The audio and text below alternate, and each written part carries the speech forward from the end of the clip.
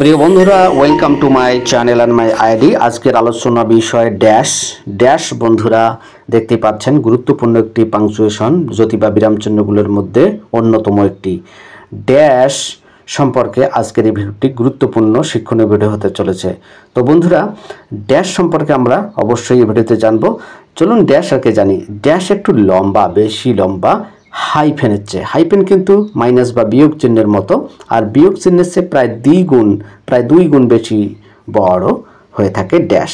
আমরা আজকের এই ভিডিওতে ড্যাশের ব্যবহার ভীতি, উদাহরণ ও নিয়ম সহকারে চমৎকারভাবে পরিষ্কারভাবে তুলে ধরার ও আলোচনা করার চেষ্টা করছি। বন্ধুরা 2-1 মিনিট ধৈর্য সহকারে দেখতেই থাকুন। প্রিয় বন্ধুরা দেখুন, ড্যাশের 1 নাম্বার নিয়ম। 1 নাম্বার নিয়মে কী বলা হচ্ছে? কোনো গুরুত্বপূর্ণ বিরতি বোঝাতে।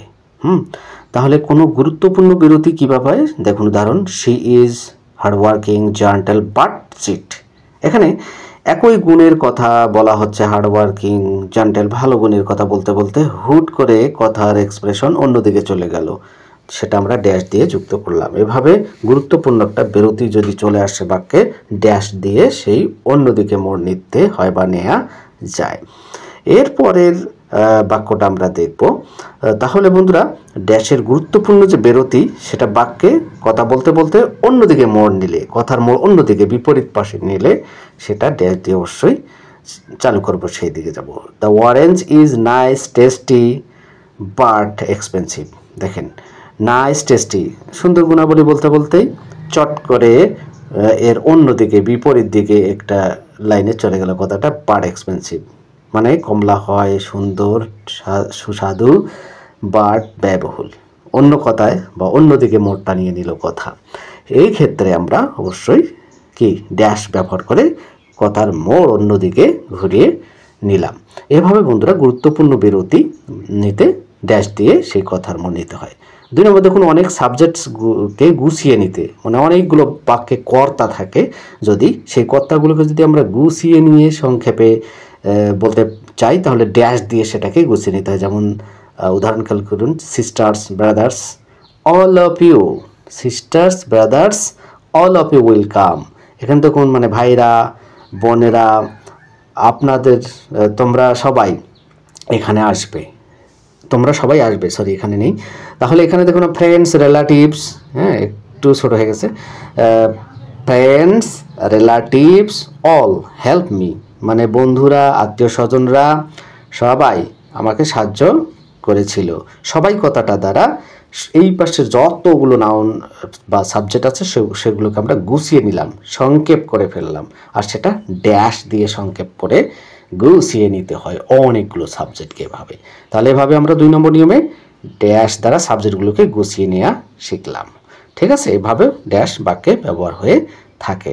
চলুন বন্ধুরা, ড্যাশ সম্পর্কে আর বাকি নিয়মগুলো জেনে নেই।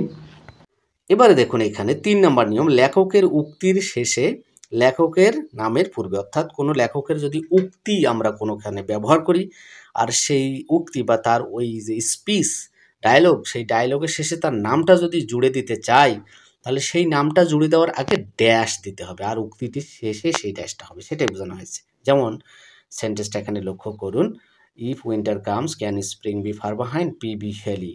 অর্থাৎ এই উক্তিটা বলেছেন পিবি শেলি। দেখুন ড্যাশ দিয়ে যুক্ত হলো এভাবে। বিউটি ইজ ট্রুথ বিউটি, এটা বলেছেন কিডস। তো কিডসের নামটা যদি আমরা জুড়ে দিতে চাই, তাহলে সেই তার বিখ্যাত যে ডায়লগ বা উক্তি, বিউটি ইজ ট্রুথ বিউটি, সেই উক্তিটির শেষে ড্যাশ দিলাম, আর তার নামের পূর্বে ড্যাশ দিলাম। ঠিক আছে, এটাই বোঝানো হয়েছে। অর্থাৎ কোনো লেখকের উক্তির শেষে যদি তার নামটা আমরা অ্যাটাচ করতে চাই, জুড়ে দিতে চাই, সেই নামের পূর্বে ড্যাশ দিতে হবে, আর উক্তির শেষে ড্যাশ দিয়ে তার নামটা দিতে হবে। এটাই বোঝানো হয়েছে বন্ধুরা এই নাম্বার নিয়মে। আশা করি বুঝতে পেরেছেন। এবারে 4 নম্বর নিয়মে আসুন, অ্যাপোজিশনগুলোর পূর্বে। অ্যাপোজিশন কোনগুলো? অ্যাপোজিশন হচ্ছে কোনো নাউন বা নাউন ফ্রেজকে বোঝাতে আরও অতিরিক্ত কোনো নাউন বা নাউন ফ্রেজ দ্বারা যদি পরপর অনেকগুলো এরকম নাউন ব্যবহার হয়, সেগুলোকে বলা হচ্ছে অ্যাপোজিশন। অ্যাপোজিশন মূলত নাউনের বিকল্প শব্দ, অর্থাৎ একটা নাউনকে বোঝাতে আরও যে নাউনগুলো না হয়। যেমন আই ভিজিটেড মেনি প্লেসেস, এখানে প্লেসেস এটা হলো নাউন। এই প্লেসটাকে স্পষ্ট করার জন্য আরও দেখুন উদাহরণ সেট করা হয়েছে অনেকগুলো, sea beach, hill, Saint Martin, মানে আমি অনেকগুলো জায়গা বেরিয়েছিলাম, ব্রেক দিলাম দিয়ে ড্যাশ ব্যবহার করলাম। Sea beach, hill, Saint Martin, এরকম বন্ধুরা।